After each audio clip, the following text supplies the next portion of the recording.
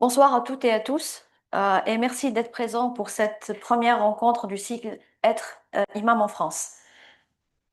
Ce cycle se compose de deux conférences complémentaires. La séance d'aujourd'hui, intitulée Prêcher en République, est consacrée au rapport des imams à l'État, à la laïcité et aux normes publiques.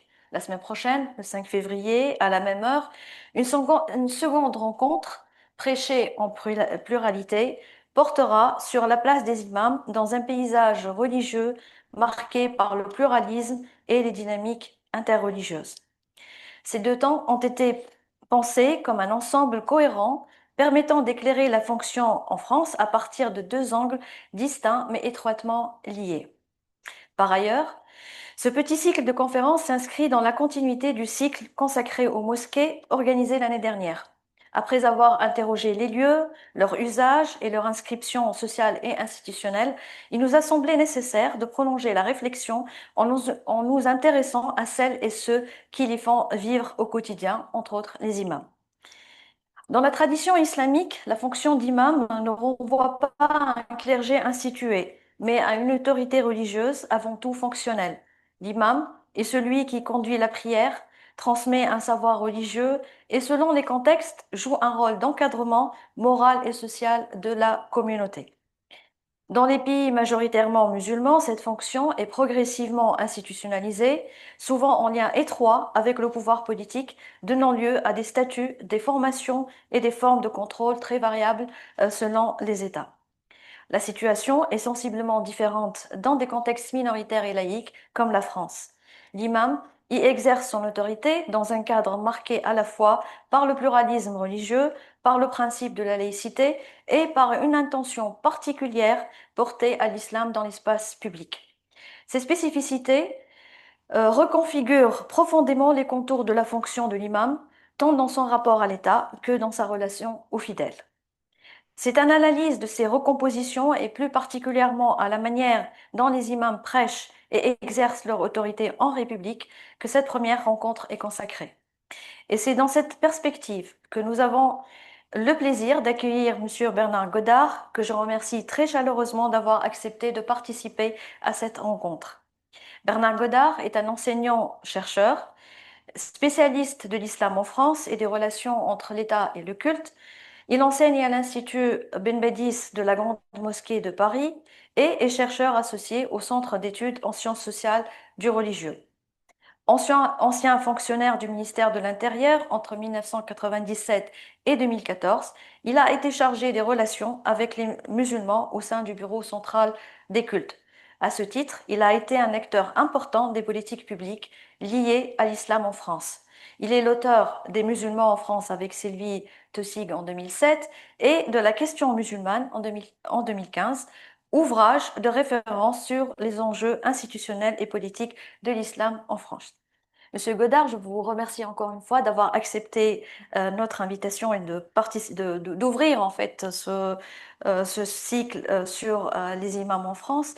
Et j'aimerais bien commencer avec vous avec la question suivante, c'est de vous interpeller ou vous poser la question sur la figure de l'imam en France. Donc comment s'est-elle construite historiquement et quels sont les profils des imams qui coexistent en France qu'on peut rencontrer par rapport au statut, aux trajectoires et à la fonction.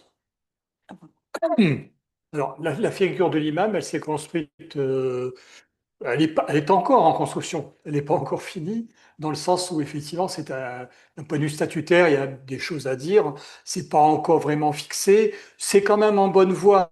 euh, et ça, je le dis pas par rapport la satisfaction des pouvoirs publics, mais tout simplement par rapport à l'imam lui-même, qui était en état d'insécurité il y a encore une vingtaine d'années. On peut dire qu'aujourd'hui, je ne dis pas que les choses sont plus calées, mais ça commence un peu à s'améliorer. Mais il y a encore des progrès à faire pour, j'ai envie de dire, pour mettre l'imam dans une situation de sécurité par rapport à son salaire, par rapport à son état administratif, par rapport à un certain nombre de choses. Donc, si vous voulez, elle s'est construite de manière artisanale, et vous avez bien fait d'évoquer effectivement c'est quoi la fonction d'imam en pays musulman? Ça n'a rien à voir, effectivement, avec une fonction d'imam ou ça n'a rien à voir. Ça n'a pas grand-chose à voir, apparemment, avec celle d'imam dans un pays occidental où il y a une forte minorité musulmane. Il faut le préciser. Donc, effectivement, est-ce que l'imam y a trouvé sa place? J'entends par là aussi bien la France que d'autres pays d'Europe, j'en parlerai, puisque bon, j'ai participé pendant 2 ans à une commission que nous avons montée avec des gens qui se traitaient ces problèmes dans 7 pays d'Europe. Nous nous rencontrions régulièrement pour en discuter. Donc, je parlerai un petit peu de cette expérience européenne qui est quand même riche d'enseignements, à mon avis. Et donc, du coup, le statut d'imam, ça a été le guide de la prière, tout simplement. Alors, on peut dater effectivement ce guide de prière à partir des années 70, c'est-à-dire les migrations de travail, les migrations, et puis ensuite les regroupements familiales. Donc avec l'apparition des premières mosquées, et les premières mosquées sont apparues avant les imams. Je veux dire par là que effectivement, il y a eu un besoin de réunion de communautés, de ces communautés qui sont souvent d'origine du Maghreb et qui ont eu besoin, et est apparu le besoin du guide de prière.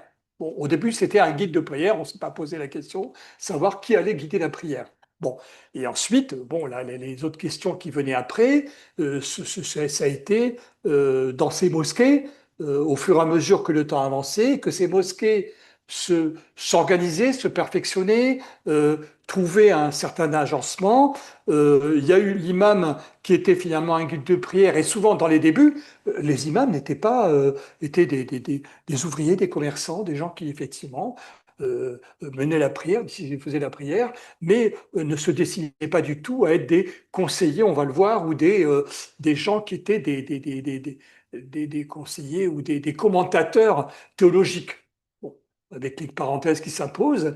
Donc, c'était pas du tout ça. Et donc, c'était souvent des gens qui avaient un savoir un peu supérieur, un peu plus élevé que d'autres travailleurs. Je pense par exemple à les imams. Ça existe encore, hein, dans ce cas-là, mais je pense par exemple à ces salles de prière qui étaient dans les usines, que dès les années 70, vous avez des salles de prière à Sochaux, chez Montbéliard, chez Peugeot, ou chez Renault à Flins, dans les Yvelines. Bon, voilà, c'est différents lieux et des petits locaux comme ça. Et donc, du coup, la figure de l'imam, elle s'est construite d'abord comme ça, par le besoin. Qu'est-ce que l'imam? Ça, c'est la partie, si vous voulez, bon, je poursuis sur la partie correspondante aux besoins que les communautés musulmanes avaient de l'imam. Qu'est-ce qu'ils attendaient de l'imam? Dans un premier temps, ça a été guide de la prière. Et puis, il y en a certains, effectivement, parmi eux, qui étaient plus éduqués ou versés. Et c'était des étudiants hein, qui étaient déjà présents dans le champ islamique, certaines organisations, etc. Il se trouve que, bon, parmi ceux-ci, parce que c'est pour être en écho avec l'actualité, effectivement, il y avait des gens qui avaient été membres des Frères musulmans ou qui avaient effectivement été proches de la mouvance islamiste. D'autres aujourd'hui, je peux vous dire, certains sont très très éloignés de ce qu'était effectivement leur engagement il y a une cinquantaine d'années, franchement.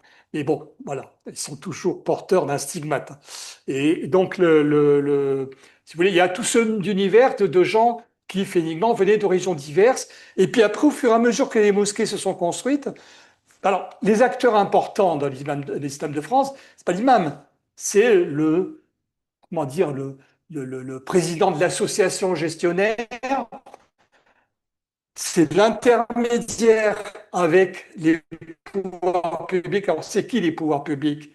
C'est la mairie, essentiellement la mairie. C'est la municipalité qui est de la vie religieuse en général, hein.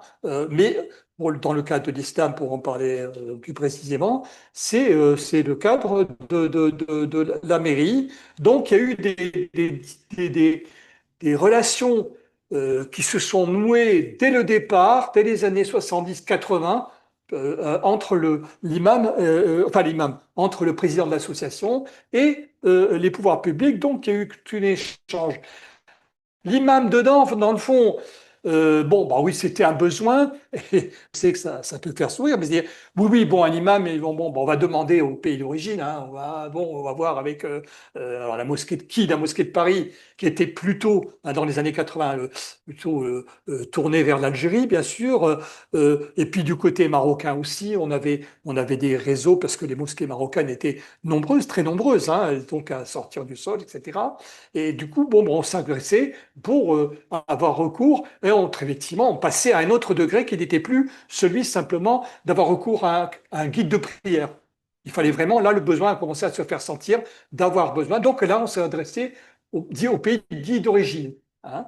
Bon, voilà, ça s'est passé comme ça. Alors, je ferai toujours une exception, non pas que c'est pas similaire, avec le cas turc, parce que c'est quand même c'est très important, où effectivement, dès le départ, de toute façon, pour des raisons de tradition ottomane, d'une part, pour aussi comment l'islam turc a évolué au sein du système depuis Atatürk, c'est-à-dire depuis la création de la Turquie, il y a un fonctionnement tout à fait particulier qui fait que, bon, ben, il y a une prise en main, mais avec un accord tout à fait implicite des responsables de mosquées qui ont fondé ces mosquées turques, d'être en contact, si vous voulez, avec le bureau, qu'on appelle le bureau des affaires religieuses à Ankara, qui est une sorte de ministère des affaires religieuses. Et c'est un peu particulier qui, lui, effectivement, n'a pas été présent au départ, très au départ, mais qui avait laissé le champ libre à un certain nombre de mouvements, dont le mouvement dont on dit qu'il est effectivement proche d'une idée islamiste, hein, mais pour faire très court, qui est le Miligurush, effectivement, qui occupait en Allemagne, surtout, mais aussi en France, hein, parce que l'immigration turque est venue postérieurement en France. La vraie structuration, c'est en Allemagne. Hein, c'est avant tout.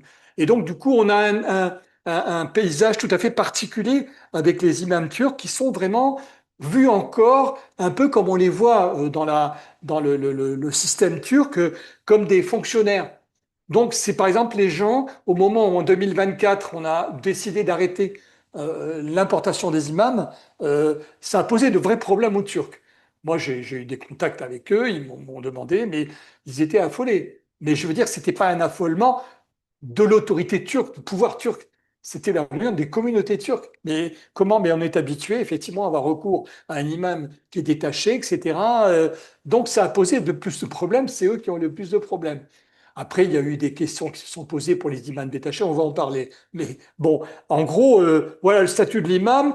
C'était d'abord le guide de prière, puis ensuite ça a été l'imam au sens l'imam, pas l'imam pratib, hein, plutôt l'imam des cinq prières, entre l'imam des cinq prières, l'imam pratib, qui était de prêcheurs qui étaient détachés, ou de certains, je vous dis, qui étaient parmi cette population musulmane où il y avait des lettrés, il y avait des gens qui étaient de famille, très souvent, très importants, des gens qui étaient forcément, souvent des étudiants ou des commerçants ou d'autres professions, et qui effectivement venaient d'un milieu religieux, déjà connu dans leur pays d'origine comme étant de milieu religieux. Bon, et donc du coup, ils se trouvaient automatiquement, effectivement, responsables de la prière dans le mosquée. L'imam, dans ce sens-là, si vous voulez, il a d'abord été comme ça, bon, c'est puis conseiller, mais il n'a jamais été, ça c'est une chose importante, il n'a jamais été un ministre du culte au sens où on l'entend. Alors ça, c'est la vision du côté musulman, des communautés musulmanes. Du côté si vous voulez, des pouvoirs publics, hein, je ne parle pas de ceux qui s'en occupaient directement, parce que bon, nous, on était un peu plus initiés, mais si vous voulez, des pouvoirs publics en général, le maire, le préfet, etc. Pourquoi alors oui, il avait effectivement, ah ben, l'imam, c'est le personnage important, assez souvent, sans connaissance. Pourquoi? Parce que d'un point de vue juridique, vous savez, le statut du ministre du culte, il n'est pas défini. Le ministre du culte, c'est celui qui administre le culte. Bon, Ouais. voilà. Donc, dans la tradition française, le ministre celui qui administre le culte, c'est la tradition catholique, c'est le prêtre, c'est le curé. Le patron de la paroisse, c'est le prêtre. Donc, du coup, si vous voulez, pour un Français moyen qui ne connaît pas ou qui est en fonction de relationnel avec les musulmans, qui ne connaît pas effectivement la définition en islam, ils disent bon bah c'est l'imam. Alors, il y a eu des quiproquos assez souvent qui mettaient un peu tout le monde dans l'embarras, qui finalement ou même comment dire, moi j'ai vu ça des patrons justement de mosquées entre guillemets, c'est-à-dire des présidents d'associations qui géraient les mosquées qui était un peu vexé de voir l'imam qui était pris à témoin assez souvent, ou qu'on vous... Mais l'imam, il n'est pas là pour s'occuper de ça. Ça, c'est nous, c'est pas les... Donc, si vous voulez, c'est vrai que l'imam n'a pas été dans ce sens-là. Alors, il y a eu des exceptions, il y a eu des imams, et vous allez voir, c'est assez intéressant parce que l'imam en général, donc, c'est pas un personnage qui est important, sauf que certains... alors, est-ce que c'est les pouvoirs publics? Est-ce que c'est les musulmans eux-mêmes? Il y a eu la création de la notion de recteur, qui est une notion française, qui n'est absolument pas, qui n'a rien à voir avec le monde musulman, et qui est venue comme ça sur le Dabi. Moi, j'ai vu son évolution, l'évolution du mot, c'est tout à fait intéressant. Un recteur, c'est qui? C'est quoi? Bon, alors la référence, effectivement, certains vous diront, c'est le terme catholique.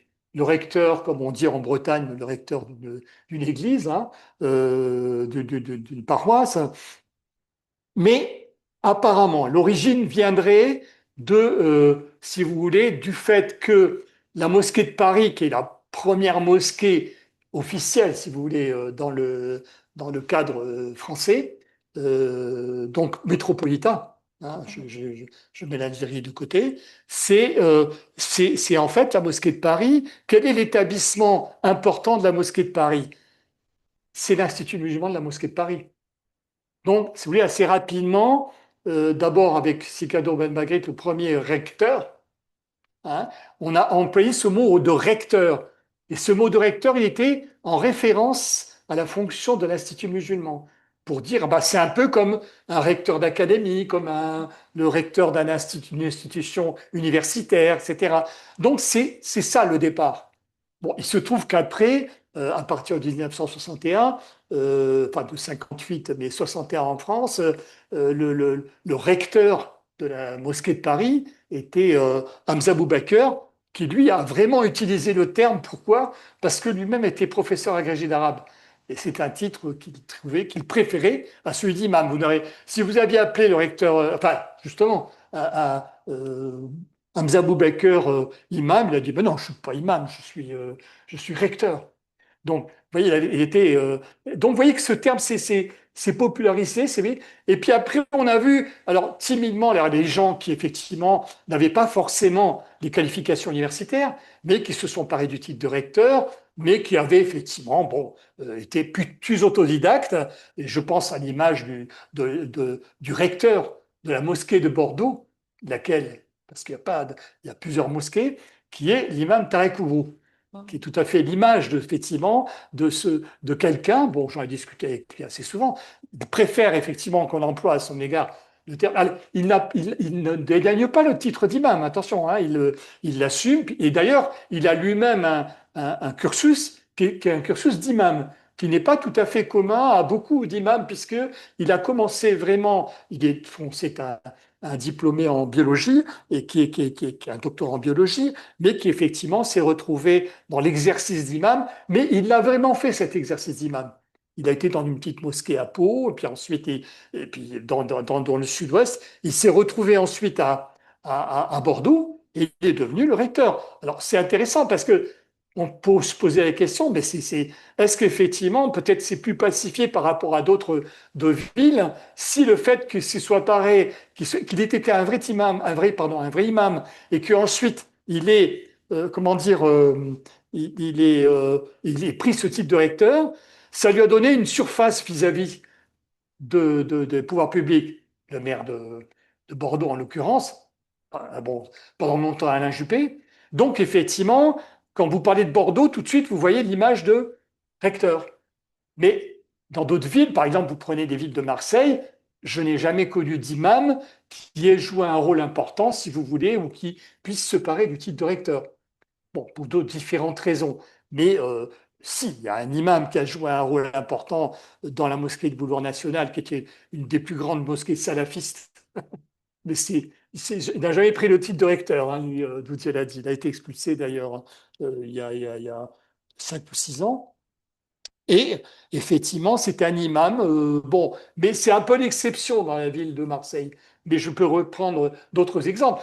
L'exemple, alors, quelquefois, vous avez le Kamel Kaptan, qui est le grand patron de l'islam de la région lyonnaise, qui, lui, n'est pas du tout recteur au sens où on pourrait l'entendre d'un point de vue de qualification académique, mais qui est effectivement un homme qui a été haut fonctionnaire de la ville de Lyon, qui effectivement a été très entreprenant, qui est le profil tout à fait classique, hein, de cet entrepreneur de mosquée. C'est pas moi qui ai employé le terme, hein, c'est le terme qu'on emploie assez souvent, qui effectivement, des fois, alors, il ne dit pas non, il fait appeler recteur de la mosquée de Lyon.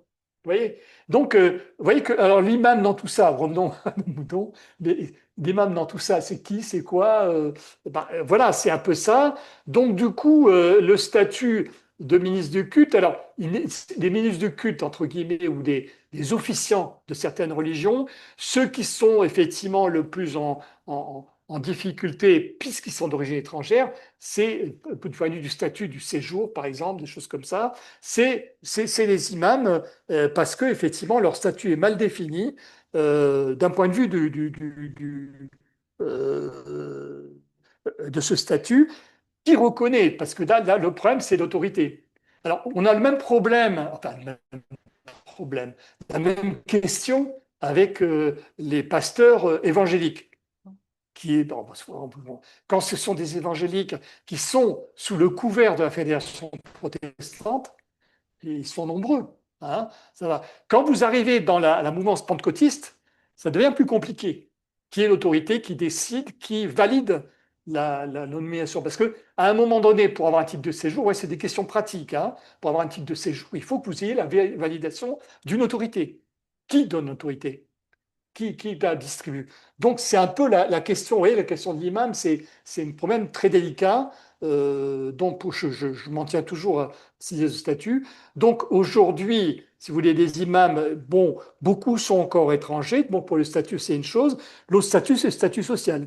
Alors, il y a une caisse spéciale qui va disparaître, bon, dans quelques temps, qui est la caisse de la Cavima, qui s'occupe des cultes, des ministres du culte, mais qui a été créée pour l'Église catholique. Donc, si vous voulez, au départ. Donc, du coup, je vais parler des protestants et des juifs parce que ça a son importance. Et donc, dans le cas des musulmans, les différents patrons de la CAVIMAC, de la caisse des cultes de retraite et sociale des cultes, disent ben non, nous inscrivons, pour inscrire les gens dans notre caisse, il faut qu'ils appartiennent à une organisation. Non, nous, c'est le modèle de l'Église. Donc, du coup, comment chaque mosquée, on dit, on ne va pas prendre chaque mosquée, chaque demande, nous ne voulons pas de prendre des demandes individuelles. Alors, ça s'est trouvé pour certaines mosquées qui sont organisées, si vous voulez, dans un collectif et qui sont importantes ou qui rayonnent. Mais bon, la plus connue, c'est elle est à La Réunion, à Saint-Denis de la Réunion. Alors, Lyon, eux, ils ont pu passer dans le cadre avec la CAVIMA, puisqu'ils inscrivaient 15 personnes, donc ça allait. Mais autrement, des petites mosquées, effectivement, avec des imams. Je parle des importants, c'est peut-être pas. Alors, c'est dommage parce qu'aucune étude a été faite. Bon, moi, j'avais lancé, quand j'étais en cabinet ministériel, avec Jean-Pierre Chevènement, on avait lancé une enquête sur les imams. On avait fait une grande enquête, hein, on avait quand même revu, et on s'était aperçu qu'effectivement, les imams, dans la plupart des cas, avec un statut tous très, très, très aléatoires. Alors, effectivement, pour comment ça se passe dans les autres religions, ben, les juifs et les protestants non, ont choisi de ne pas être dans cette caisse des cultes. C'est intéressant parce que ça révèle quelque chose. Hein. Les pasteurs protestants sont des enseignants. Ils cotisent à une caisse de l'enseignement. Donc, du coup, ils évitent d'être, si vous voulez, dans ce statut de ministre du culte qui effectivement est un statut incertain et qui effectivement ne dit pas qui est ministre du culte, sinon que c'est l'autorité religieuses elles-mêmes. Laïcité oblige. Mhm. L'État ne peut pas définir ce qu'est un ministre culte pour la religion qui demande, dans votre religion. C'est la religion elle-même qui se définit. Donc, à elle de se doter de ces institutions pour pouvoir effectivement euh, préposer un cadre qui ensuite, avec lequel les pouvoirs publics pourront effectivement les aider à se trouver un statut. Autrement, effectivement, il y a le statut, bon, il n'y a pas que le pouvoir public, il y a le statut du fonctionnement lui-même. C'est la jurisprudence. C'est la jurisprudence. Alors, on prend la jurisprudence, effectivement, je vais prendre un exemple très concret. C'est les prud'hommes, assez souvent, hein, pour l'emploi d'imam. Ce sont les prud'hommes qui sont sollicités, qui sont. Bon, cite souvent, à propos des ministres du culte, effectivement, l'exemple de gens, bon, avec l'Église catholique en particulier, de l'emploi des sœurs en ce moment, qui effectivement ne peuvent pas, sur lesquelles il y a un gros problème des religieuses qui, pour leur retraite, elles dépendent complètement de l'administration de l'Église. Donc, elles ne peuvent pas individuellement postuler pour avoir un parcours de retraite, etc. Tout ça entre les mains. Et donc, du coup, si vous voulez, dans l'emploi, c'est intéressant parce que pour l'islam, on a eu le cas avec la mosquée de Paris, une jurisprudence prud'homale, où effectivement, des juges prud'hommes ont dit non, vous voulez, certains, comment dire, ils étaient payés sans. Alors, comment dire, je vais essayer d'être clair. C'est-à-dire que certains employés, par exemple les gens, les gens qui lavent les morts, par exemple, c'est une fonction, hein, vous avez dans certaines mosquées. Bon, eh ben, ces gens-là, on voulait les classer dans la catégorie imam, c'est-à-dire dans la catégorie ministre du culte, pour qu'ils puissent jouer et qu'on ne paye pas des cotisations qui auraient été nécessaires de payer par rapport à l'emploi qu'ils occupaient. Parce que vous êtes obligé de cotiser si vous avez un emploi, si vous êtes salarié, etc. Or, la jurisprudence a dit, ah non, ce ne sont pas des imams, ce ne sont pas des ministres du culte. Alors moi, je n'ai pas vu le jugement, mais effectivement, les prud'hommes, ils ne se sont pas rendus compte qui décidait qui était le ministre du culte musulman. Vous voyez? Bon, mais vous avez eu d'autres choses comme ça. Par exemple, vous avez le statut des KN, des sacrificateurs juifs, bon, qui ont un statut qui est reconnu, etc. Mais vous ne pouvez pas l'appliquer, par exemple, alors je sors du champ des imams, de l'imam, on n'est plus dans l'imam, mais c'est quand même du personnel musulman. Et quoi, sacrificateur, c'est quelqu'un qui est un fonctionnaire, pas fonctionnaire, pardon, excusez-moi, un travailleur, hein, comme un autre, qui est dans un abattoir, tout simplement. Oui, la tradition musulmane ne peut pas nous aider, c'est-à-dire nous aider, ou du moins ne peut pas nous dire, hein, qu'est-ce qu'un imam, qu'est-ce qu'un personnel religieux au sein d'une administration ou au sein d'une entreprise. Hein. Il n'y a pas de définition, et ce n'est pas le droit français qui va l'éclairer, puisque c'est les religions eux-mêmes. Si les musulmans ne le définissent pas eux-mêmes, ne trouvent pas le cadre, bah, ces gens-là seront toujours dans une situation aléatoire, c'est le moins qu'on puisse dire. Mais je pense Mais que oui, il y a une reconnaissance, il y a eu une reconnaissance de l'imam en tant que ministre du culte dans le Code du oui, travail. Et puisque la fonction s'exerce dans un cadre associatif, c'est plutôt l'association qui va désigner l'imam. oui. Alors, oui, c'est déjà une chose, mais si vous voulez, le salaire, comment vous dire? Oui, il est libre, il est libre comment dire, l'association qui l'emploie peut le salarier comme elle veut. Hein, c'est pas, on n'exige pas d'elle, dit ministre du culte. Bon, on dit simplement, alors je vous dis simplement, dans le cas des juifs et des protestants, on a dit c'est le statut protestant, mais après, effectivement, que le pasteur, c'est le synode du temple qui le choisit, qui le coopte, effectivement, il fonctionne comme un ministre du culte dans ce sens-là, mais statutairement parlant, il a un statut d'enseignant. Vous voyez, là, vous me parlez effectivement de la reconnaissance. Alors, c'est vrai que, alors, il y a eu une offre d'emploi qui a été faite, on la cite souvent, je ne sais plus quelle ville, hein, où on dit cherchons imam.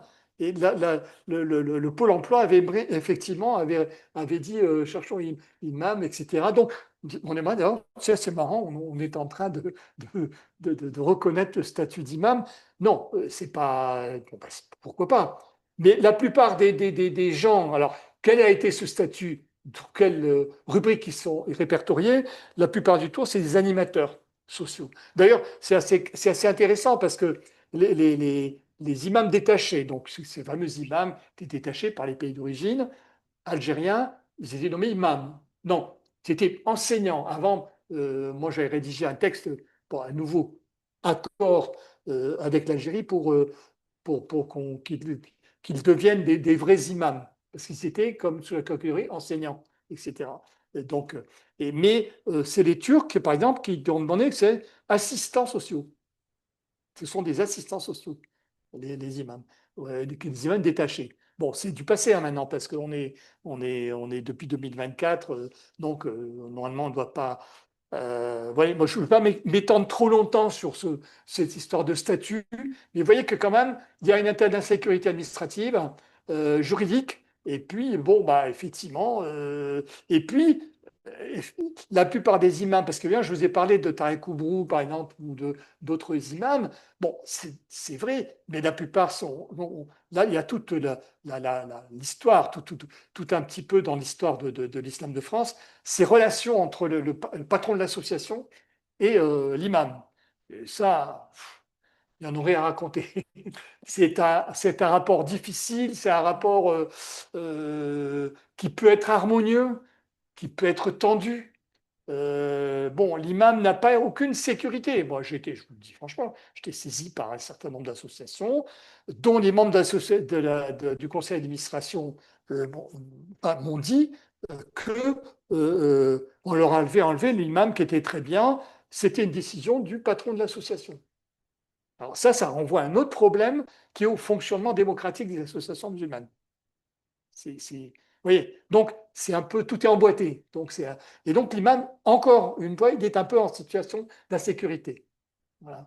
Donc du coup, mais bon, ça a tendance à se normaliser. Bon, bien sûr, il y a la loi de 2021 sur les principes de la République qui a effectivement il y a quand même une bonne partie dans cette loi, attention pas tout, mais dans cette loi qui était effectivement celle d'avoir pu préciser un certain nombre de choses. Alors, le problème, c'était vraiment pas l'islam qui l'avait provoqué, mais ça concerne toutes les associations religieuses. C'est effectivement une obligation pour le président de l'association d'avoir quand même de faire état d'un certain nombre de choix, dont celui de l'imam, qui est voilà, qui doit être inscrit, pas dans un groupe de travail, dans une sous-commission hein, de l'Assemblée générale, qui effectivement, il y a une obligation maintenant qui est inscrite dans la loi pour les décisions importantes, de demander l'avis de tout le conseil d'administration et en particulier la nomination de l'imam. C'est ce qui se passe, par exemple, dans le monde protestant. C'est le synode, ce qu'on appelle le synode du Temple, qui choisit vraiment le. Alors, il y a une liste, tout ça est très, très réglementé, tout, très bien organisé. Hein, et donc, c'est le Temple, dans le Temple protestant, le pasteur est choisi, bon, alors, en fonction d'un tableau qui a été établi parce qu'il a les diplômes qui correspondent, etc. Donc, je dis ça parce que c'est une idée intéressante par rapport aux imams. Il faudra voir peut-être, c'est un modèle aussi à suivre. Donc, Peut-être c'est ça le problème des imams, parce que ils sont pas. D'abord, c'est dans un cadre laïque, un État laïque qui n'intervient pas comme dans les pays musulmans, ouais, là où l'État nomme les imams, mais aussi il n'y a pas une autorité comme l'Église, dans l'Église, que ce soit catholique ou protestante, qui peut avoir tout à fait. plutôt catholique surtout, là où il y a une hiérarchie. Oui, On se rapproche plus du culte juif, parce que là, c'est plus horizontal. Et donc, euh, l'imam, il est un peu perdu entre toutes ces structures. Absolument. Oui. Mais au-delà de sa fonction cultuelle, donc puisque là, il est là pour célébrer le culte, vous avez dit tout à l'heure que les mères le considèrent ou le voient comme le prêtre. C'est un peu Mm. une homologation avec le prêtre. Mais est-ce que au-delà de sa fonction cultuelle, est-ce que l'État euh, peut développer des rapports ou faire appel à l'imam euh, en dehors de ce cercle culturel, puisque il a une fonction plus sociale, il est plus intégré dans la communauté. Est-ce qu'il peut jouer un rôle dans le processus de de la Mhm. déradicalisation ou au contraire, il y a une approche sécuritaire par rapport aux imams? Que pensez-vous de cela? Alors, la plupart des acteurs importants, prenons par exemple la structure récente qui s'est créée il y a 3, 4 ans, le Forum de l'Islam de France, qui est la nouvelle structure qui, effectivement, discours et public, il n'y a pratiquement pas d'imams. Alors, c'est très curieux parce que vous pouvez avoir des imams ou des gens faisant fonction d'imam. Là, encore une fois, je veux dire que les gens faisant fonction d'imam, faire le prêche, sont en mesure de le faire, etc. Mais ne tiennent absolument pas à être présentés comme imams. Non pas qu'ils seront, c'est pas ça. C'est que ça n'a aucun intérêt. Ils sont dans leur fonction professeur d'université, pharmacien, etc. C'est cette fonction-là. Mais si vous voulez, c'est à ce titre-là qu'ils estiment qu'ils jouent un rôle social au sein du Forif. La fonction d'imam, c'est un peu comme l'imam Razali le disait. L'imam, c'est celui qui fait le prêche, mais qui balaye la mosquée aussi. C'était bon, l'imam Razali, le grand Razali Ouais. de la tradition. C'est ça, tout était dit. C'est-à-dire, c'est celui qui pourvoit, qui est là pour avoir la mosquée. Alors nous, on dit, bon non, il y a le bedeau, pas nous, je veux dire, ceux des pays de tradition catholique. C'est-à-dire, c'est le bedeau qui, voilà, qui fait qui sert la messe et tout, le prêtre. Non, dans l'islam, il n'y a pas cette notion. Donc, vous voyez que la fonction d'imam, elle est très elle est difficilement appréhendable dans le cadre français ou européen, hein, je dis, parce que effectivement. Alors, mais vous avez raison de citer cet exemple parce que c'est un exemple des pouvoirs publics. C'est quand même l'imam qui, lui, même s'il n'a pas les responsabilités, forcément par rapport à des décisions qui touchent aux politiques, etc.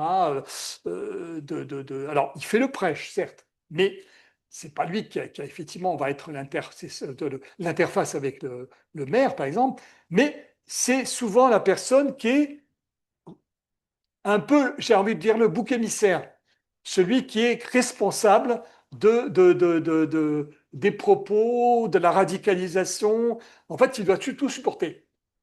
Donc, si vous voulez, c'est un peu, bon, je vous citais une anecdote précise que j'ai vécue, hein, c'est au moment de déclenchement de la guerre du Golfe en 91.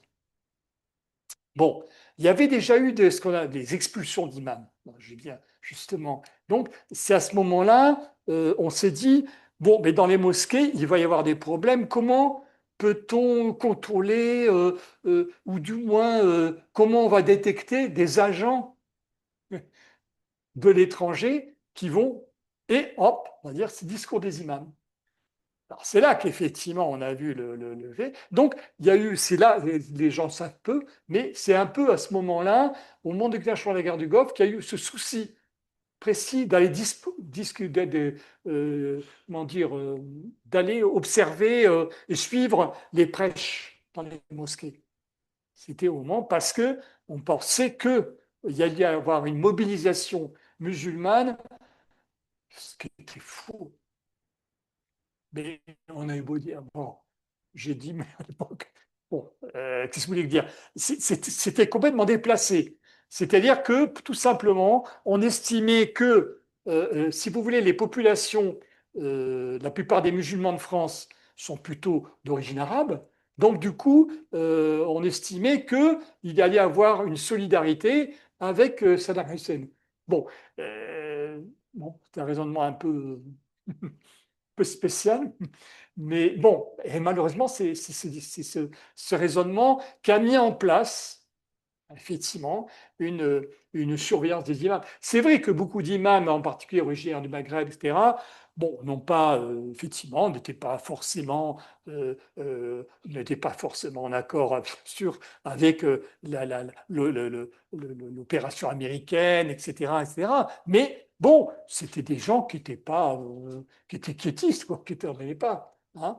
Bon. Alors, si vous voulez, là, on a commencé à expulser des imams.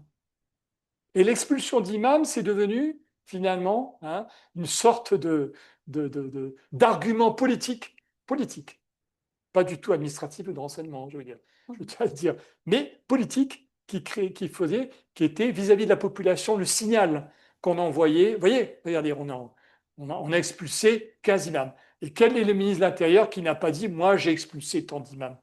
C'est tous les ministres de l'Intérieur depuis cette époque-là, chaque fois ont mis en avant pardon, le fait qu'ils ont expulsé des imams. Attention, avec les mentons pour dire quand même.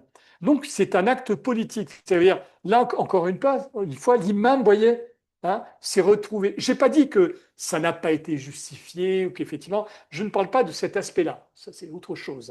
Mais je dis qu'effectivement, c'est devenu un symbole important, l'expulsion d'imams.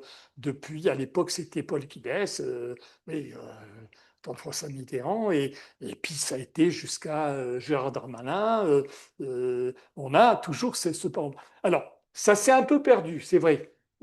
Bon, mais c'était vraiment, et là encore une fois, c'est pour éclairer un petit peu ce rôle d'imam. Bon, alors même à un moment donné, alors en 2000, excusez-moi, la guerre du Golfe, oui, c'est 91. Là, je vous parlais plutôt au moment pour vous donner un exemple très concret, c'était pendant en 2003, au moment où l'opération américaine sur Bagdad, etc. Et là aussi, on s'est préoccupé des imams. Voilà, il faut surveiller les prêches, etc. Et donc, on a été voir et puis, des imams ont été convoqués parce qu'ils avaient des. Moi, je l'ai su par ces imams, certains qui me le rapportaient, qui étaient convoqués donc par les services de police en disant bon, monsieur un tel ou tel, vous avez tenu des propos, etc.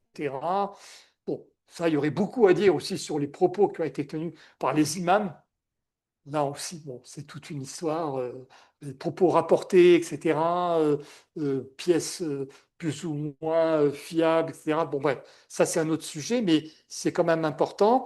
Et un jour, c'était un imam de la banlieue parisienne qui veut me dire, mais moi, je suis gars plutôt jeune, oui, algérien, et qui, effectivement, détaché de la mosquée de Paris, et qui disait j'ai été convoqué, et puis on m'a dit monsieur, vous avez tenu des propos. Il dit ben oui, mais moi j'ai tenu des propos, mais sur l'invasion américaine, etc., en Irak, etc. Mais bon, ben, c'est pas la position de la France. J'ai eu une position critique. Là, effectivement, et donc il avait été convoqué, d'après ce qu'il a dit, parce qu'effectivement, il avait tenu dans son prêche un propos, bon, effectivement, en disant cette occupation injuste, je ne sais pas quels étaient les termes exacts. Enfin, il n'avait pas demandé à se soulever pour aller se battre aux côtés des résistants irakiens contre eux.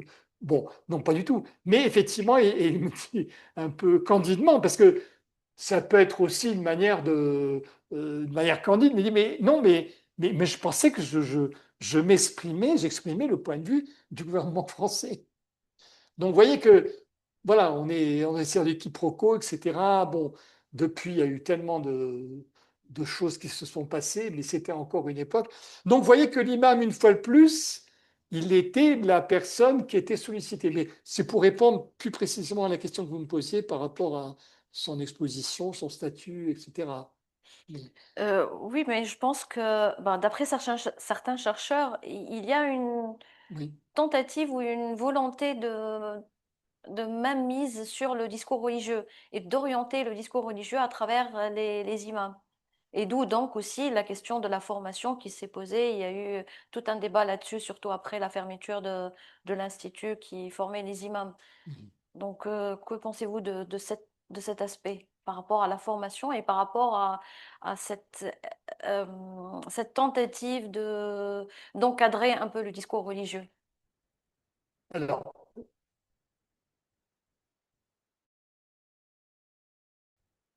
bon, si vous voulez, l'histoire de la question de la formation, bon, c'est un débat qui est un vieux débat, hein, de la formation des cadres religieux. Bon, pour faire court, je vais essayer de faire court, il faut remonter à peu près aux années 90, hein, c'est vraiment le moment fort, hein, des années 90 où on passe à une autre phase. C'est encore un peu dans le domaine contractuel, politique, entre guillemets, mais alors, c'est par le haut. La question a été posée par le haut.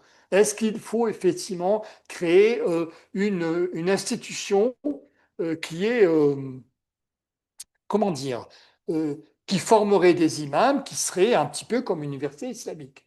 Bon, alors dès le départ, et c'est un sujet qui n'est pas encore clôturé, c'est qu'on a confondu l'islamologie et l'apprentissage des sciences islamiques.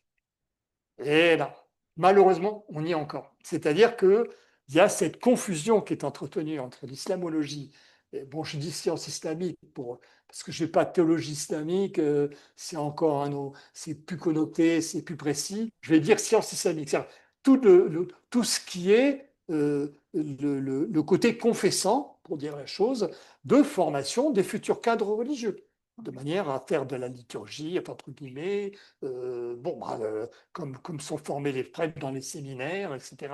Bon, et donc, si vous voulez, dès le départ, c'est assez curieux. Bon, pour un petit peu symboliser, il y a eu deux démarches qui ont été effectuées. L'une par Mohamed Harkoun, qui avait été sollicité, qui lui avait parlé, effectivement, qui avait une vision enfin, critique dans le bon sens du terme, dans le sens académique. Donc lui qui était beaucoup plus, si vous voulez, marier un petit peu le côté islamologie et le côté, si vous voulez, science islamique, qui était dans un objectif, mais c'est très, bon, c'est la pensée d'Arkoun, hein, dans le sens très complexe, très, bon. Et puis, il y avait une autre personne qui, lui, était beaucoup plus partisan un petit peu d'exporter, entre guillemets, d'importer la méthode employée dans les pays musulmans, les universités de sciences islamiques, c'était Ali Merad, qui était à Lyon. Peu sont décédés aujourd'hui, qui effectivement avait un point de vue, avait fait des propositions qui étaient des propositions beaucoup plus proches effectivement de ce que c'est que l'enseignement, bon, tel que je le vois actuellement à la mosquée de Paris, ou tel que c'était à Boutelouin dans la Nièvre à l'USH qui a été fermé récemment, bon, qui était effectivement la manière dont les gens apprenaient à être des futurs cadres religieux à Ankara, à Istanbul, ou à la Zitouna ou à la Karawin, enfin bon voilà. Et vous vous souvenez, bon, il y a eu même des prises de bec, etc. Bon, entre les deux à un moment. Bref, mais bon, voilà, c'était un peu les deux idées, hein. Alors, effectivement, pourquoi je dis? Parce que cet islam républicain, qui effectivement, il y a cette idée républicain, qui effectivement aurait été en conformité, intégré dans oui, mais la manière d'y arriver, c'était un petit peu la formule idéaliste d'Harkoun, etc., qui n'a jamais abouti, qui n'a jamais existé.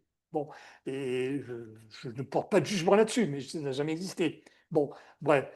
Il y a eu alors, l'autre expérience qui a eu lieu, c'était une expérience à Strasbourg avec le doyen Trocmé qui s'appelait, qui était effectivement en 94, si je me souviens son nom, qui effectivement a essayé voilà, de réfléchir à cette université moitié sciences islamiques, moitié sciences islamiques, on va dire. Et effectivement, bon, et Strasbourg, et tout le monde disait, mais c'est formidable, Strasbourg, justement, c'est l'endroit du Concordat, etc. Ça sera le lieu favorable. Bon, et puis ça n'a jamais marché. Bon, entre guillemets, je pense qu'au niveau parisien, au niveau de la vieille France, comme on dit là-bas, il y avait quand même un point de vue très, très opposé à la chose, ça c'est clair, d'une part. Et d'autre part, bon, il y a eu des tractations diverses, etc. Les autres cultes, le culte protestant y était assez favorable. Bon, le catholique un peu moins, on va dire. Et bon, ça s'est pas fait. Donc, vous voyez ce que je veux dire, c'est la chose par le haut, hein. Donc, c'était toutes ces tentatives, c'est quand même, ça a été important. Bon, ensuite, il y a eu l'expérience, si vous voulez. Alors, en 2003, donc, c'est la création du Conseil français du culte musulman. Et pour le Premier ministre Jean-Pierre Raffarin, c'est dire, bon, ben voilà, ça y est, maintenant il y a un Conseil français du culte musulman, on va, euh, on va réfléchir à cette question de l'enseignement. Et donc, du coup, bon, ben, voilà, on a créé, moi j'avais fait partie de cette commission, on a créé une commission au sein du cabinet du Premier ministre, pas de problème, avec des représentants de tous les ministères concernés, intéressés, avec un conseiller précieux qui avait rédigé un rapport, qui était l'universitaire Daniel Rivet. Et finalement, bon, bah, voilà, on a discuté, etc. Bon, on a étudié la chose vis-à-vis en particulier de la laïcité, entre guillemets, et on s'est dit, mais non, c'est pas possible, on peut pas. Pour le moment, on peut pas pénétrer, c'est pas la peine, on va pas recommencer nos mêmes expériences que avec Strasbourg, et puis bon, dans 90. Donc, ce qui s'est passé, on a Daniel Rivet donc, a fait ce rapport qu'il a remis à la ministre de l'Éducation nationale, qu'il n'a jamais lu d'ailleurs. Bon, mais bon, d'autres conseillers. Et finalement, on s'est dit, bon, alors on ne touche pas à ce domaine, si vous voulez, des sciences islamiques. Non pas qu'on s'en interdit le droit, c'est pas ça. C'est que c'est pas la question. La question, finalement, à l'époque, c'était, mais ces imams, il faut bien qu'à un moment donné, ils aient une information, une éducation, une idée de ce que la société dans laquelle ils exercent leur magistère. Parce qu'on était encore dans une situation, les imams, la plupart étaient étrangers, n'étaient pas forcément francophones, parce que la plupart des gens qui avaient une connaissance assez pointue, si vous voulez, de la théologie, ou même, si vous voulez, de la liturgie, de la foi, de l'aqida, tout ce qui concerne un petit peu les sciences islamiques, c'est des gens qui étaient diplômés bon, par exemple, les Algériens de l'université de Constantine, d'autres qui étaient des Zitouna, enfin bon, Zitouna en Tunisie, après le départ de Ben Ali, parce que la Zitouna, il y a une parenthèse. Effectivement, oui. Bon, et donc, c'est quand même. Alors, ce qui s'est passé, c'est que. Bon, alors qu'est-ce qu'on fait? Parce que là, c'était le cas. Qu'est-ce que les pouvoirs publics doivent faire? Bah, la question, c'est de dire, bah, tous ces savoirs pratiques, comme parlait, c'était la formule de Rivet, hein, tous ces savoirs pratiques, l'université peut les assurer, le faire. Donc, on a créé effectivement ce qui est devenu ce concept de diplôme universitaire de formation, qui sont aujourd'hui des diplômes universitaires de formation à la laïcité, qui au départ ont été fondés. On a donc, je pense qu'un certain nombre va avoir inauguré le premier CDU, qui est en 2007, si je me souviens bon, à l'Institut catholique de Paris. Ah, pourquoi l'Institut catholique? Parce que l'université était contre. Il y a eu une bronca, si vous voulez, à l'époque, lorsqu'on a fait une proposition donc de diplômes universitaires de formation pratique. Alors, ce n'était pas simplement à la laïcité, hein, oui, c'était quelque chose qui comprenait un petit peu la connaissance de la société, qui comprenait aussi la langue française. Oui, c'était une espèce de bricolage pour essayer de mettre CDU. Et CDU sont devenus aujourd'hui, j'ai vu, bon, effectivement, DU de la laïcité, etc. Bon, non, c'était pas, non pas que la laïcité était absente complètement de l'enseignement, bien sûr que non, mais si vous voulez, ce n'était pas l'essentiel. L'essentiel, c'était de former des gens qui avaient déjà une formation théologique, hein, mais qui n'étaient peut-être pas armés pour connaître la société dans laquelle ils allaient évoluer. Donc voilà, donc c'est créé ces fameux DU, donc pour répondre un peu à votre question sur le fait que est-ce qu'on a réfléchi à la formation des imams ou pas? Et souvent, il y a des quiproquos, parce qu'on prend ces DU comme étant effectivement des formations totales qui permettent effectivement, non, elles sont vraiment la théologie. La théologie, c'est libre. Alors effectivement, il n'y en a plus qu'un seul digne de ce nom, qui est l'Institut Ben Badis de la Mosquée de Paris. Donc du coup, qui est à la Mosquée de Paris, hein, où j'enseigne, et où effectivement il y a l'enseignement classique, hein, le cursus classique que vous pouvez avoir dans l'université islamique. Bon, même un peu raccourci parce que c'est 3 ans. Bon, l'université islamique, c'est plus long normalement. Enfin bon. Euh, et là, et sous les, il y en avait un qui était lié à un Institut européen des sciences humaines, qui était donc à Boutelouin dans la Nièvre. Bon, ça c'est encore toute une autre histoire, parce que effectivement, ça a une certaine actualité, vous avez raison de le mentionner. L'IESH, l'Institut européen des sciences humaines, est le plus ancien, enfin, même avant la mosquée de Paris, parce qu'il est né en 93. Vous voyez, ça ne remonte pas aujourd'hui. Et l'IESH, c'est une idée, effectivement, qui a germé dans l'esprit d'un certain nombre de gens. Alors, on ne va pas dire que les frères musulmans étaient étrangers à l'opération, c'est vrai, ils étaient complètement dedans, puisque tout simplement, le jour de l'inauguration à Botolin dans la Nièvre, l'IESH, sont venus donc dans une petite ville qui était à côté de Château-Chinon, sont venus tout le Gotha des frères musulmans. Et Kardawi, qui n'était pas frère musulman, mais qui était quand même, qui a eu une place importante au sein de la structure. Je sais qu'il y avait Cheikh Nahnar d'Algérie, il y avait un certain nombre de personnalités qui étaient donc à Boutelouin, et Kardawi était ici aussi à Boutelouin. Donc du coup, c'était quoi symboliquement? Alors, dans l'esprit des frères musulmans, je dis toujours avec des parenthèses que c'est les frères musulmans européens. Hein, c'est pas des gens qui veulent établir le califat à l'époque.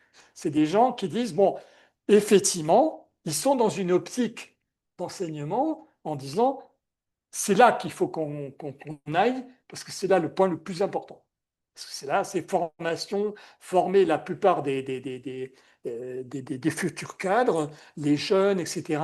Les frères musulmans ont une longueur d'avance, beaucoup, sur la plupart d'un certain nombre d'autres structures, et disent, et donc, où c'est qu'on va faire ça? Donc, il y a une réflexion qui se fait au sein du mouvement, et ils disent, bah, écoutez, le mieux, c'est en France. Parce qu'en France, c'est quand même l'endroit où il y a une population musulmane la plus importante. En plus, une population plutôt d'origine arabe. Donc, du coup, il y a des cadres, etc. Bon. Et donc, du coup, Boutelouin va devenir, Garnier va devenir le. Mais ça, c'était en 1993. Hein. Nous sommes en 2026. Il s'est passé beaucoup de choses depuis. Est-ce qu'on peut dire aujourd'hui que Boutelouin était le symbole Non, pas du tout. Pas du tout, parce que depuis, c'est une longue histoire. Il faudrait dévider les chevaux et dire qu'effectivement, Boutelouin aujourd'hui n'est plus du tout ce qu'on pensait, puisque la plupart des étudiants, puisque moi-même j'ai fait des séminaires pendant 2, 3 ans, je peux vous dire que la plupart des étudiants français, de jeunes de la société française. C'était plus du tout ce qu'avait été le projet de 93. Donc du coup, comment dire, c'était pour toute l'Europe. Il y a un moment, au début, il y avait des étudiants qui venaient de toute l'Europe, etc. Donc c'était ça le projet. Donc vous voyez qu'il y a un projet, si vous voulez, frères musulmans, mais qui s'est peut-être en 93, mais qui est devenu banal, qui est devenu effectivement un projet tout simplement, comment dire, d'institut, hein, l'IESH, et je peux vous dire. D'ailleurs, c'est assez curieux parce que il y avait plus de Français à l'IESH qu'à la mosquée de Paris.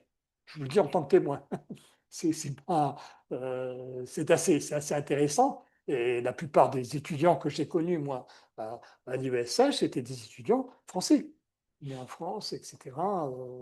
Donc des jeunes qui avaient choisi de faire un cursus donc à l'IESH, à Boutelouin dans la Nièvre.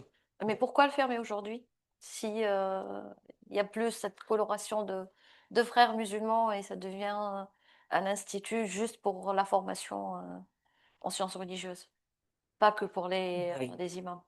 pense que c'est une décision politique. Je veux dire, je ne veux pas m'engager dans ce débat, mais bon, en deux mots, hein, c'est une décision politique liée à la réalité. C'est tout.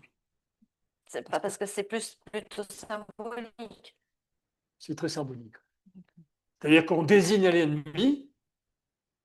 L'ennemi, c'est l'islamiste, c'est le frère musulman, etc. Donc, ça veut dire qu'on met tout un discours de la personne. C'est ça. Donc, le système, c'est le système anti-frère musulman. Tout ça dans un jeu international dans lequel les Émirats arabes unis ne sont pas étrangers, effectivement. Bon, je veux dire, c'est une longue histoire, ou pas, mais on va dire que c'est un consensus international, en tout cas entre les pays du Golfe et puis la France, un accord sur le fait que cet ennemi intérieur, il faut désigner. Voilà. Donc, Boutelouin, si vous voulez, est victime un petit peu de. Moi, je n'ai pas été voir en détail la liste des livres qui sont proposés, etc. Ni effectivement, de toute façon, ce n'est pas mon affaire. Mais je peux vous dire une chose, que j'ai eu des questions d'étudiants qui m'ont toujours très surpris quand j'y vais, puisque on parle librement des frères musulmans. On en parle, effectivement, puisque moi, je suis chargé de faire un cours, un séminaire sur la question de l'islam en Europe et tout, on en parle et tout, et je suis obligé de leur donner des explications sur les frères musulmans, parce qu'assez souvent, ils disent, ah bon, c'est quoi, etc. Mais je dis, dans quel univers suis-je? Je ne sais pas, je ne comprends pas trop la chose. Donc, si vous, j'ai envie de discuter avec le directeur lui-même, mais là, on est né quand même dans une autre logique. Mais pour ça, je ne m'engage pas dans cette discussion parce que ça voudrait dire qu'est-ce que les frères musulmans, comment ils ont évolué depuis 1990 à l'intérieur des sociétés européennes, chacun. Et donc, qu'est-ce que c'est devenu, etc. C'est toute une histoire.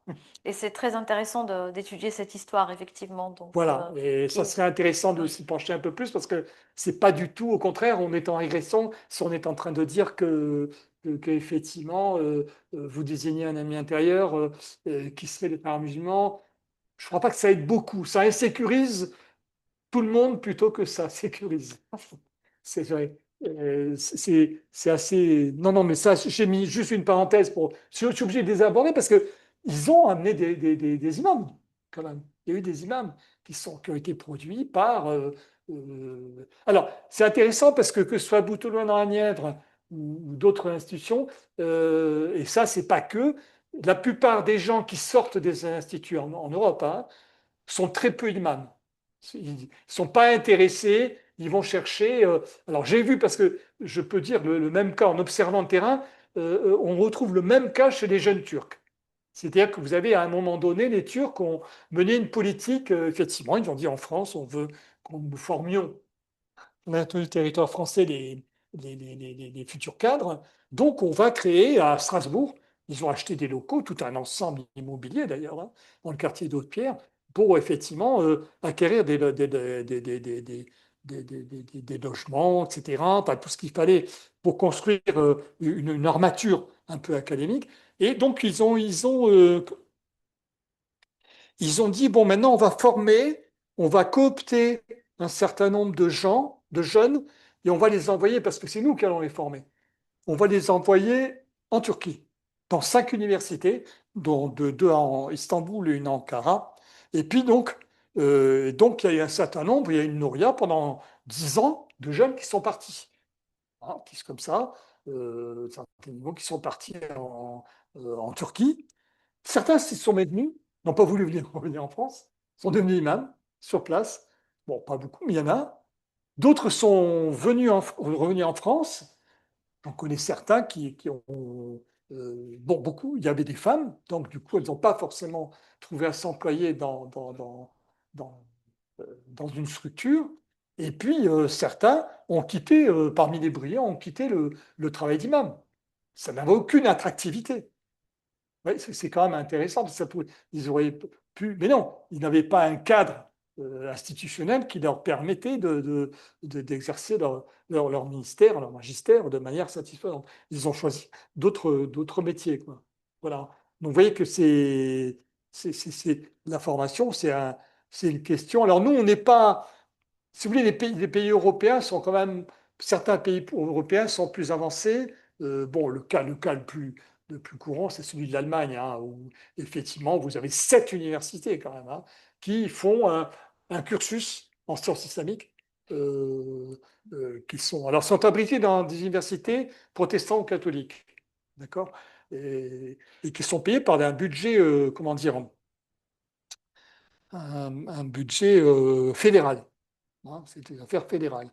C'est pas une affaire d'État et des États.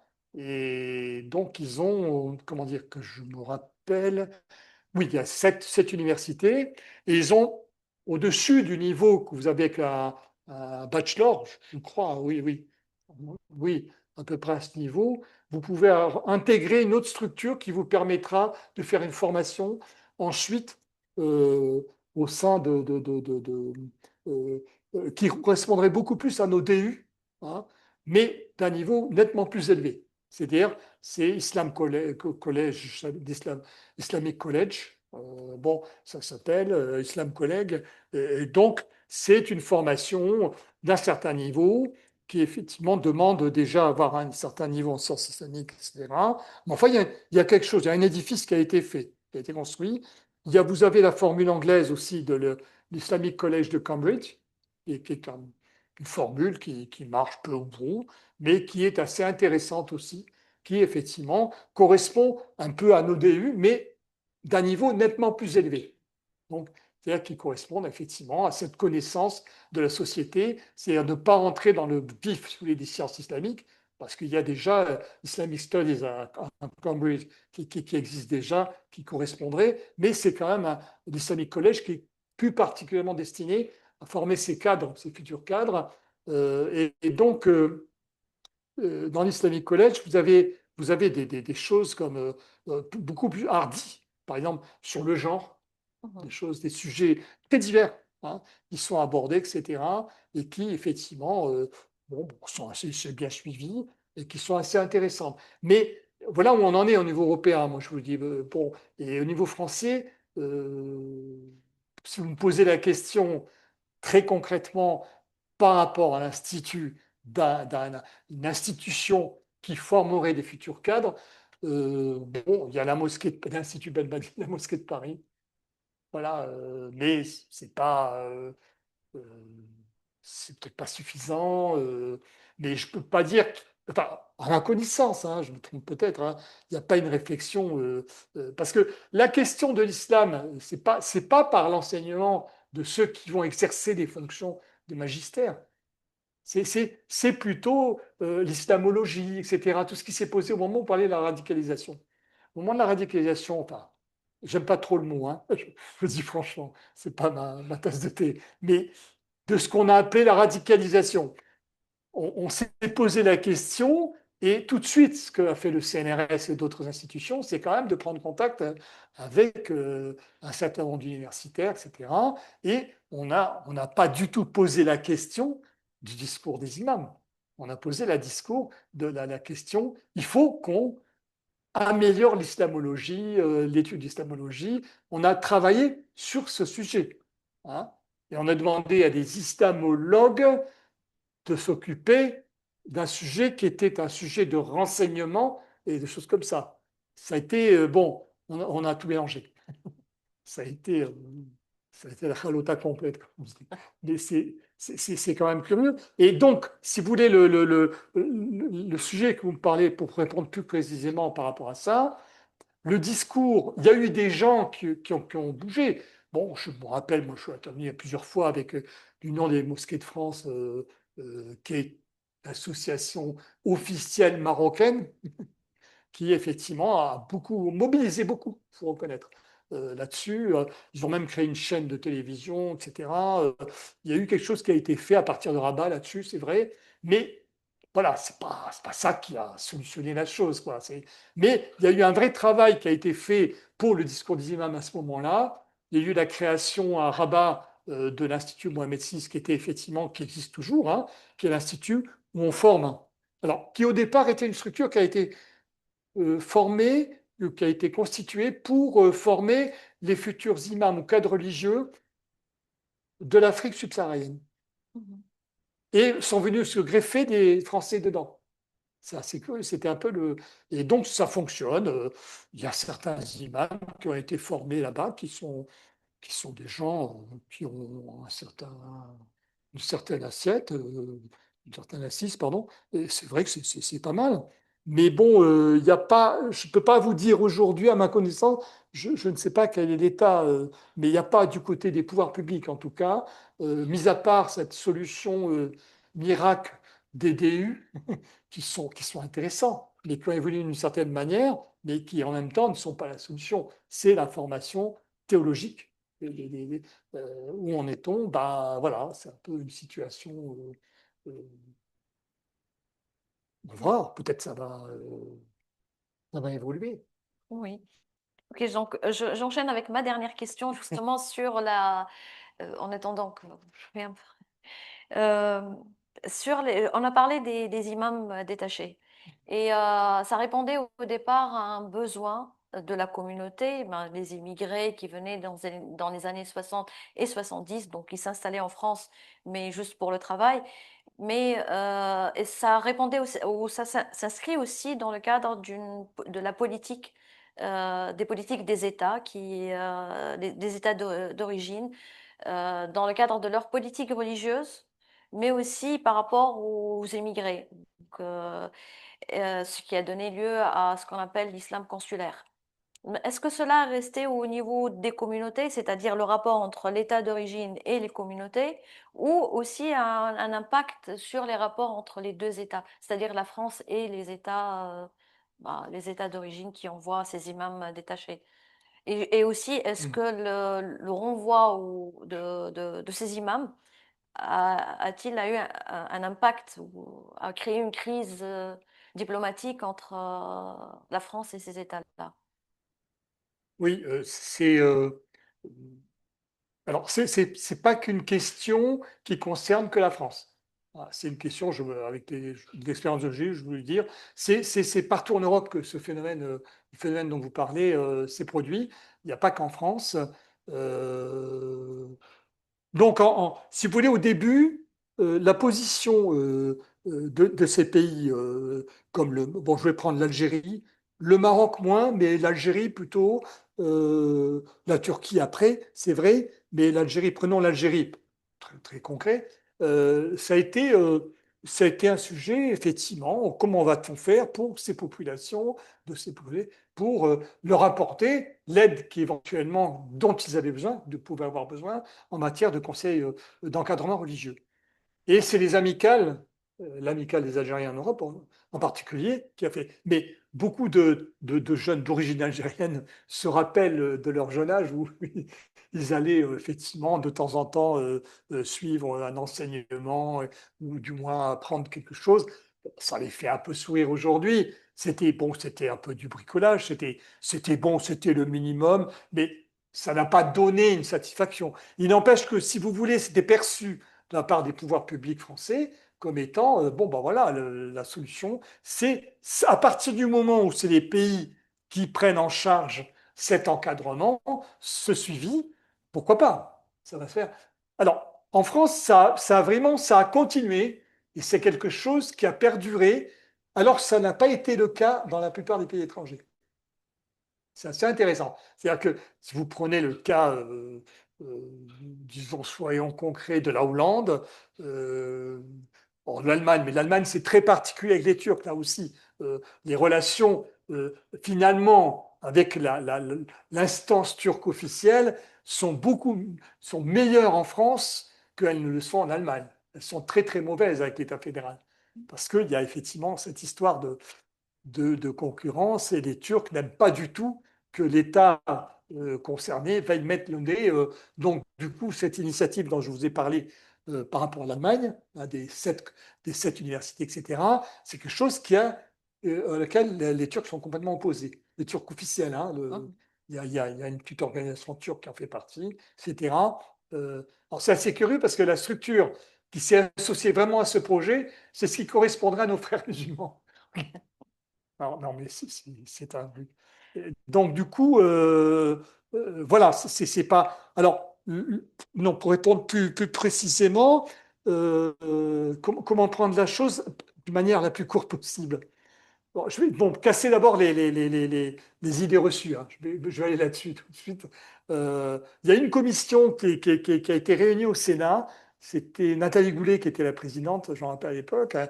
Et donc, du coup, c'est intéressant parce que cette commission a fait je trouve, du travail pas si mauvais que ça. Pas si mauvais que ça. Ça a changé un petit peu de la plupart des commissions, disons-le, qui, bon, ça n'a pas été forcément brillant. Mais cette commission a travaillé, et je me rappelle, on a eu un certain nombre à intervenir dans cette commission, et c'était l'histoire de... Bon, Nathalie Goulet était vice-présidente de la commission des amitiés avec les Émirats et puis les Saoudites. Donc, il y avait tout un quelque chose qui n'était pas gratuit non plus. Et c'est vrai qu'il n'y a jamais eu d'imam wahhabite en France. Ça, c'est une réalité. Cette espèce d'idée véhiculée, alors en particulier avec le Qatar, c'est encore pire, parce que le Qatar n'a jamais envoyé un imam, n'a jamais rien eu à voir. Qu'il y a eu des financements, oui, j'en connais certains. La grande mosquée de Nantes, ben, c'est un riche Qatari qui l'a payé, etc. Moi, je me rappelle très bien, puisque les promoteurs m'avaient demandé à l'époque, vous ne pouvez pas leur faire aller voir la Légion d'honneur. Non, mais c'était intéressant, c'était un cursus. Donc, si vous voulez, j'élimine tout de suite les pays du Golfe. Non pas qu'ils ne soient pas présents, mais ils ne sont pas présents directement et alors, en France, encore moins qu'ailleurs. Pourquoi en France encore moins qu'ailleurs?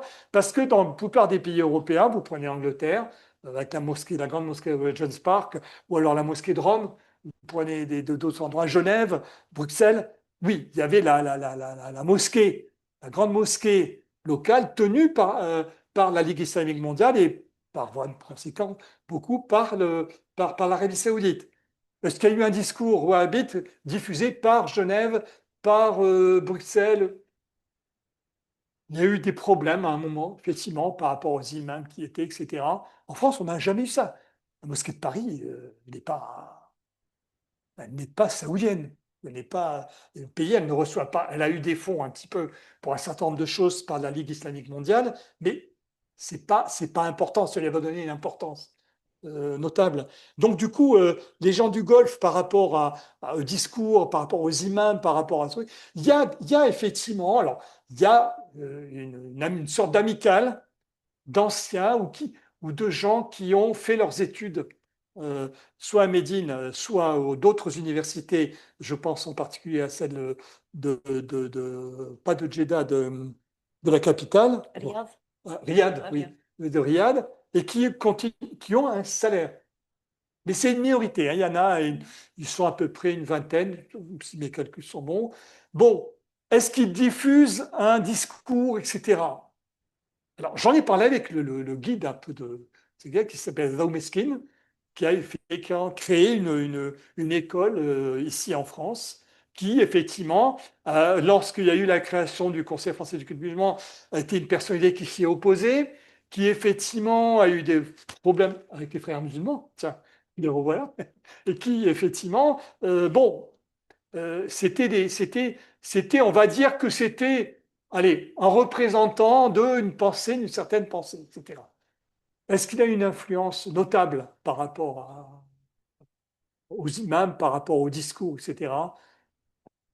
Difficile à calculer. Moi, il me dit, je suis malikite, c'est un Tunisien, un spécialiste du malikisme.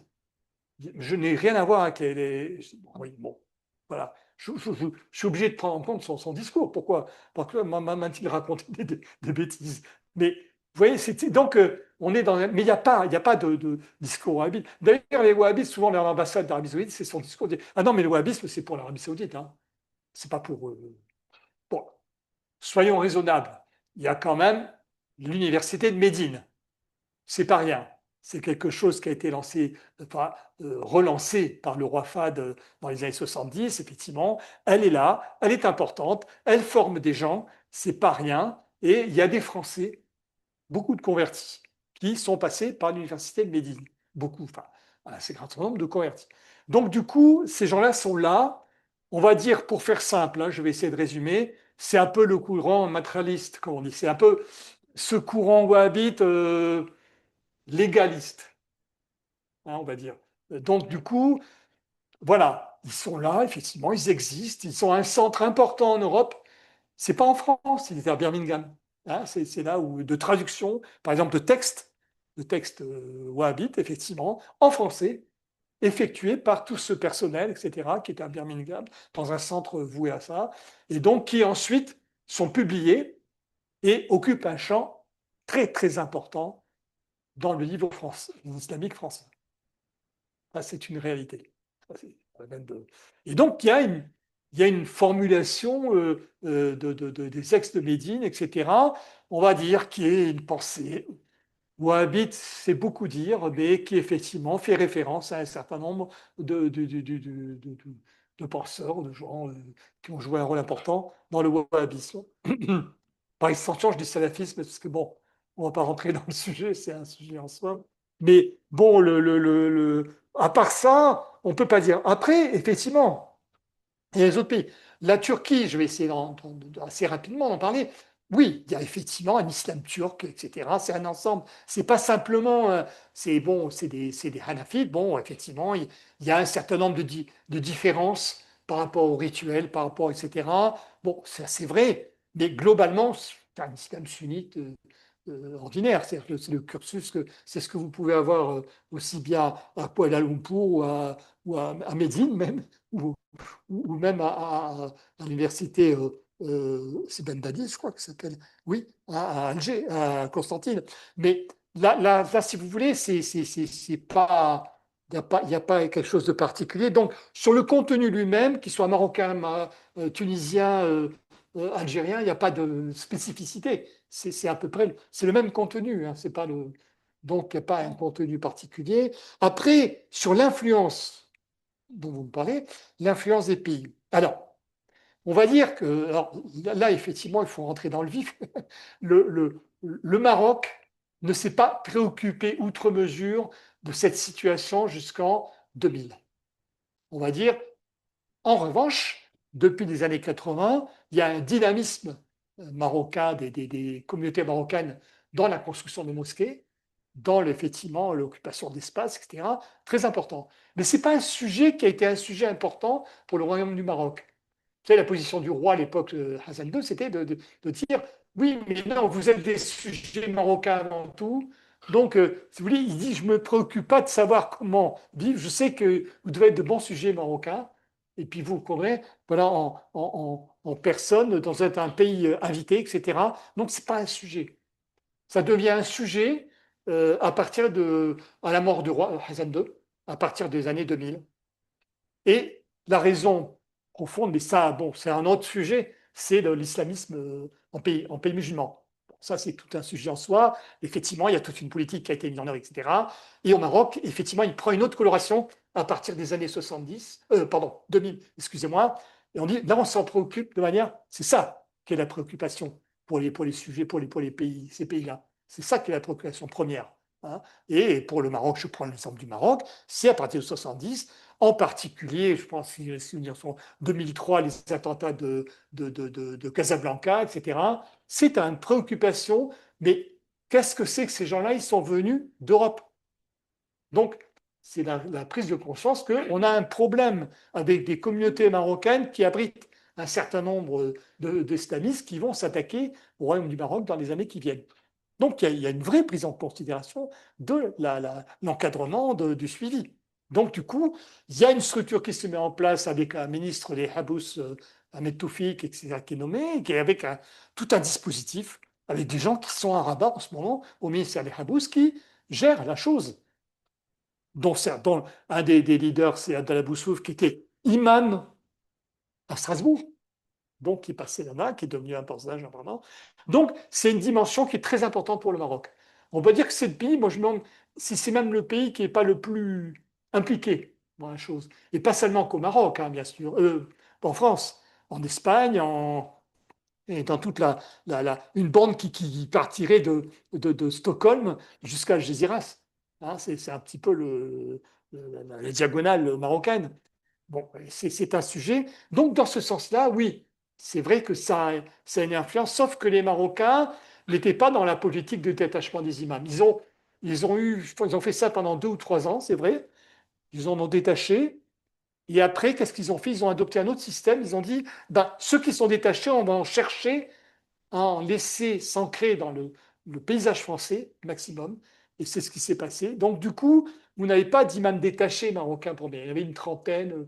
Voilà. En revanche, l'importance, c'est la formation dont je vous ai parlé à l'Institut Mohamed VI à Rabat. Ça, oui, ça fait partie du dispositif. Bon. Et puis, il y a un certain nombre de gens. Il y a des gens dans tout ce qui constitue la structure, comment dire, religieuse au Maroc, des gens qui se déplacent, qui viennent en France, qui font des conférences. Pendant la radicalisation, par exemple, la fameuse période, on a eu des gens, effectivement, qui se sont, Ansari, d'autres qui se sont déplacés et qui, effectivement, étaient là pour essayer de voir, de corriger. Donc, il y a un sujet. Bon. Mais, si vous voulez, comment dire, en 2000, pour être court, en 2005, il y avait une structure qui s'est créée, donc à la suite de manière un peu bricolée, qui s'appelait la Fédération nationale des musulmans de France. Et puis petit à petit, il y a eu une position du palais qui était une position beaucoup plus réticente par rapport à la prise un petit peu en main par le PJD. Je m'excuse, hein, je rentre dans les détails techniques de partis islamistes marocains qui, effectivement, on estimait qu'il allait pénétrer ou du moins s'emparer un petit peu de tout le système. Donc, il y a eu effectivement un recul. Et donc, si vous voulez, les Marocains ont créé carrément une structure parallèle à ce qui c'était le rassemblement des musulmans de France, qui était le rassemblement marocain officiel. Et on a créé une structure qui s'appelle l'Union des mosquées de France, qui, elle, est marquée, dirigée, a des budgets importants, et donc qui est dirigée par des gens qui sont directement liés à Rabat. Voilà, c'est un petit peu.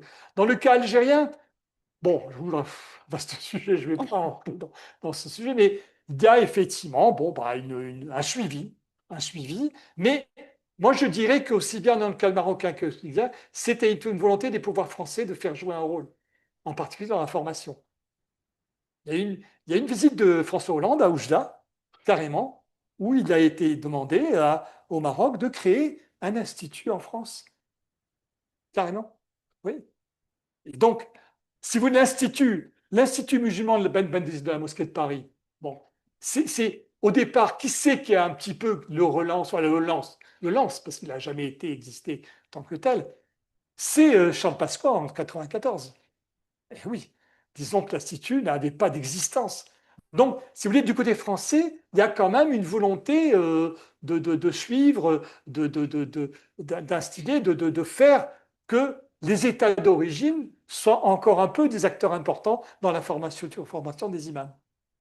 Oui, c'est quand même, je ne sais pas, c'est pas forcément la position de nos voisins européens. Hein, c'est notre position.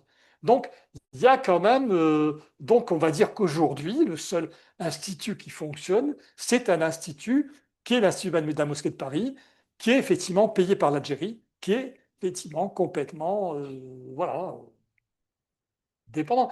Alors après, le politique, dans le sens, est-ce qu'on va se servir du levier politique? On ne va pas jouer euh, des naïfs. Dans le cas turc, il y a eu quand même quelque chose d'un peu à partir de 2001, à partir de l'arrivée au pouvoir d'Erdogan en Turquie. Il y a eu quand même, bon, allez, une volonté de vraiment d'agir sur les mosquées, ça c'est clair. Bon, j'étais pour un Turc qui m'ont dit, bon, bah, on nous dit qu'à la mosquée, il faut faire ci, ça, etc. C'est une réalité. Hein. Et bon, il y a eu des mobilisations importantes qui se sont faites par les mosquées turques en faveur d'Erdogan. Ça, c'est vrai. Ça, c'est clair. C'est pas la peine de... Et donc, du coup, d'autant que dans le cadre turc, la Diyanet, c'est-à-dire l'office, c'est des offices comment dire, les Turcs, le pouvoir turc, avait réussi à réconcilier, ou du moins à intégrer le Millî-Görüş, c'est-à-dire le parti donc qui était important, donc islamiste, allez, qui était important, il a été intégré à la Dianette. Tout ce beau monde est ensemble. D'ailleurs, les deux responsables importants de la Dianette Strasbourg, parce que c'est là que les choses importantes se passent, sont deux anciennes midi-gauche. Donc, vous voyez, c'est donc les échanges. Mais pour revenir au cas algérien, parce que bon, je vais essayer de finir par ce cas-là, parce que les autres, non, non, il n'y a pas d'influence significative. C'est pas dans le cas algérien, c'est la cessation de l'envoi des imams détachés. Ça a posé de gros problèmes.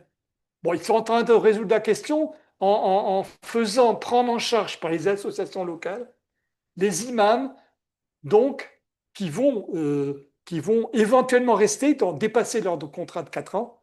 Vous me suivez là, ceux qui sont détachés. Alors, vous allez rester, mais vous devez avoir un contrat avec l'association qui vous emploie.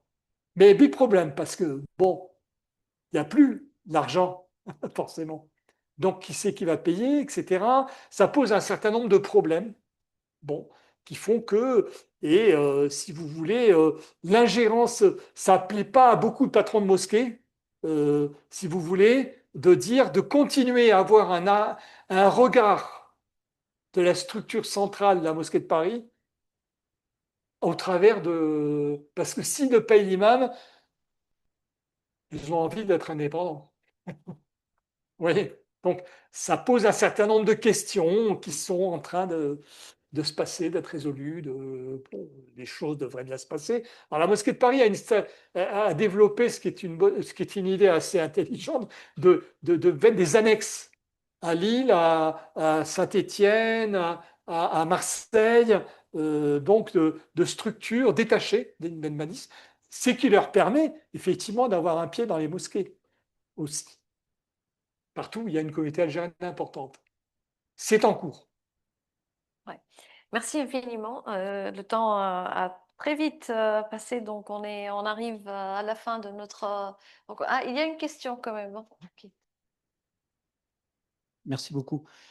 Pour la formation théologique initiale, pourquoi n'a-t-on jamais mis à profit l'existence au cœur de l'Europe, à Sarajevo, d'une fac de théologie islamique qui existe depuis la double monarchie austro-hongroise, qui est hors de l'orbite de la Turquie, qui a sécrété une théorie de la charia de minorité, qui tient à distance les salafistes et qui enseigne en allemand. Pourquoi est-ce qu'on n'aurait pas pu imaginer d'envoyer là-bas des futurs imams apprenant dans leur langue? Ben, non, merci de poser la question, parce que ça, c'est cette histoire qu'on a discutée avec le groupe de travail dont je vous parlais. On a pensé à Sarajevo, bien sûr. Et donc, on a auditionné à l'époque le numéro 2 de l'université de Sarajevo. On en a discuté même avec Mustafa Čerić, qui est le moufti de Bosnie. Mais le moufti de Bosnie nous dit, mais vous savez, on a fait la bêtise, c'est qu'en Bosnie, on a commencé avec, quand ils ont acquis leur indépendance, Bosnie, Herzégovine, et donc ils ont fait venir à qui ils ont demandé les cadres? À Médine. Et donc c'est l'Arabie Saoudite qui, pendant un certain temps, a tenu l'université de Sarajevo. Pas l'Arabie Saoudite, les Wahhabites de Médine. Bon, mais c'est fait, vous avez raison, les choses sont en train de changer sont en train de changer. Et donc, du coup, effectivement, il y a tout. Parce que les Bosniaques savent très bien ce qui se passe. Ils savent très bien comment il faut réagir, etc. Tout à fait. Et donc, alors, la question maintenant, c'est qu'il faudrait peut-être renouer avec la tradition qu'on avait lancée dans les années 2000. Je ne sais pas. Il n'y a pas de structure européenne, hein, qui, pour le moment, fait ce qu'on avait fait, des réunions de certain nombre de gens. Alors, c'est des gens qui sont de milieux différents. Moi, je discutais avec des gens qui étaient du bureau des cultes de Madrid, de Vienne, etc. Mais, par exemple, avec les Allemands, je discutais avec des gens de l'immigration.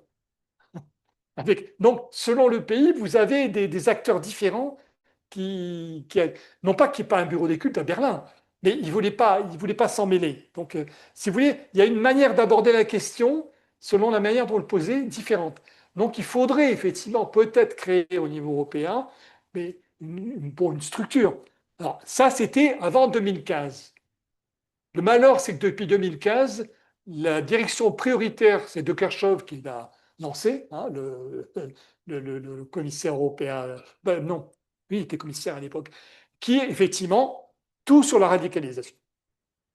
Donc, du coup, on a perdu de vue peut-être quelque chose qu'il faudrait relancer. Vous avez raison. Je pense qu'avec Sarajevo, et donc, non, mais on avait déjà à l'époque, on disait que c'est là, la solution, elle est là. Effectivement, elle est à Sarajevo, de savoir comment on peut faire quelque chose, etc. Mais là, maintenant, est-ce que c'est possible? Parce que les communautés musulmanes, elles sont nombreuses, et peut-être plus nombreuses, par exemple en France, qu'en Yougoslavie, qu'en Bosnie. Donc, vous avez un cadre, un contexte qui change énormément, et qui fait que vous devez prendre en compte la manière dont les communautés musulmanes vivent, chacune dans leur pays. Par exemple, que l'Angleterre, c'est un univers. Vous ne pouvez pas rentrer dans le cadre anglais. Alors, pour le moment, les origines ethnico-nationales jouent toujours un rôle important. Mais ce n'est pas une perception de l'islam. Vous savez, quand vous discutez, on avait fait une commission de travail sur avec l'UOIF, avec les différentes parties. Mais nous, on s'entend très bien, nous, les imams, les religieux. Et après, c'est les perceptions que chacun a de la gestion de l'islam, la perception qu'on peut avoir de l'organisation. Et là, c'est différent. Alors, vous pouvez dire, par exemple, la différence. Bon, ensuite, sur le cas Maroc-Algérie, vient se greffer, bon, bah, vous le savez, des tas de choses qui pourrissent le débat, disons-le. C'est le cas de le dire. Et donc, du coup, c'est difficile encore de gérer ça par rapport au rapport Maroc-Algérie. Mais bon, globalement, je pense que là, on y avait pensé à un système de Sarajevo. Il y a quelque chose d'intéressant, une structure qui dépasse, qui ait un prestige et qui dépasse un petit peu le contexte ethnico-national qui même empêche encore les choses d'avancer. Oui. Merci infiniment. Et donc, je vous retrouve la semaine prochaine pour la deuxième partie de ce cycle. Merci à Merci. Merci.